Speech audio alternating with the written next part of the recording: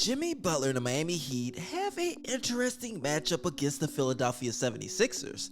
As we all know, this is Jimmy Butler's former team. He does, in my opinion at least, have somewhat of a grudge between him and the organization, just because how they handled his contract situation. Of course, I'm not really happy the bad things that happened to him with that situation, but all it did was help the Miami Heat. It helped the Miami Heat because we got Jimmy Buckets. It helped him because it fuels a fire in his game and the way that he treats his teammates. With that being said, the Miami Heat were able to beat the Philadelphia 76ers 106-92. Without Joel Embiid, this team was able to hold it together in the first half, being up by 1. However, in the second half, it wasn't pretty nice. Defensively, we were able to crank it up a notch. Jimmy Butler, he had 15 points, 9 rebounds, 3 assists, shot 5 of 16 from the field, 1 of 4 from downtown, and 4 of 4 from the free throw line. He had 2 steals and was a +2 and a +-. Now, he did shoot poorly from the field, but that just doesn't matter when you have so many other guys that can help you out.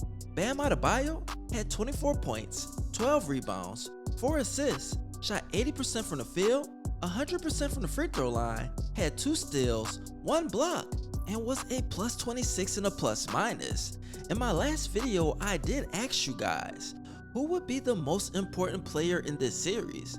And most of you were saying Bam Adebayo. So that just might be the case depending on how you look at it.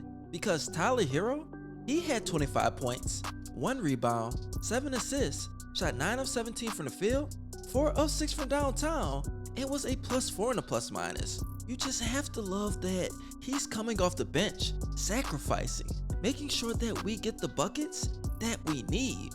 And that's why you have to give more credit to Max Strus. Yes, he had 5 points. Yes, he had 5 rebounds.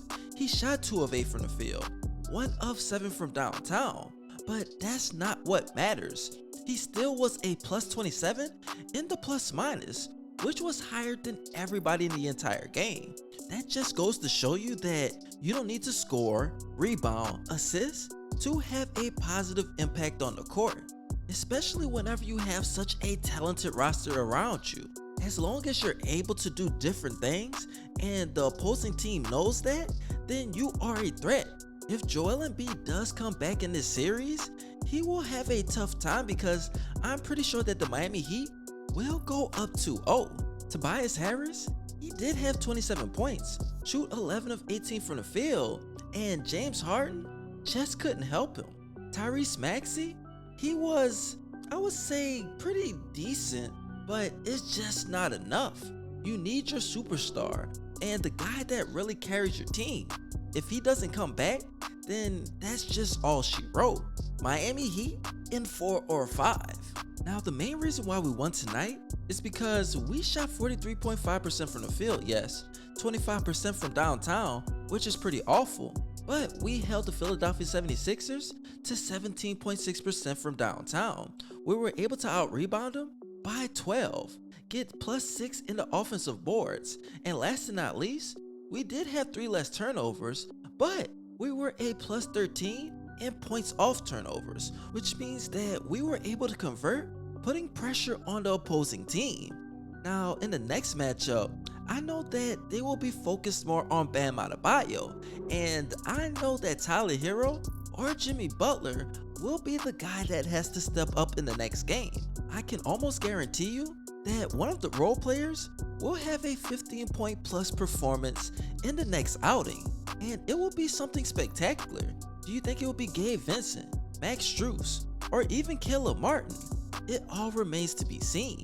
Now, before I head out, you guys, I do have 2 questions, but first, you already know to give me that HBO special. If you don't know what that is, that's the Help a Brother Out special. So help a brother out and follow me on both of my Instagram pages. Once I reach 1,100 followers, I'll be giving away an NBA jersey of your choice, and don't forget to follow me on my main ScottyIce channel. Now, the questions that I have for today is, 1. How many games do you think the Miami Heat will win this series in? Or do you think the Philadelphia 76ers will have a comeback? For me, I think that they will win it in 5 games, just off the fact that You never know if James Harden will come back and have a great game. He can give you 40 at any given moment. He's not like James Harden from the Houston Rockets, but I know that his game is there and he can get into a rhythm, so we just have to be careful.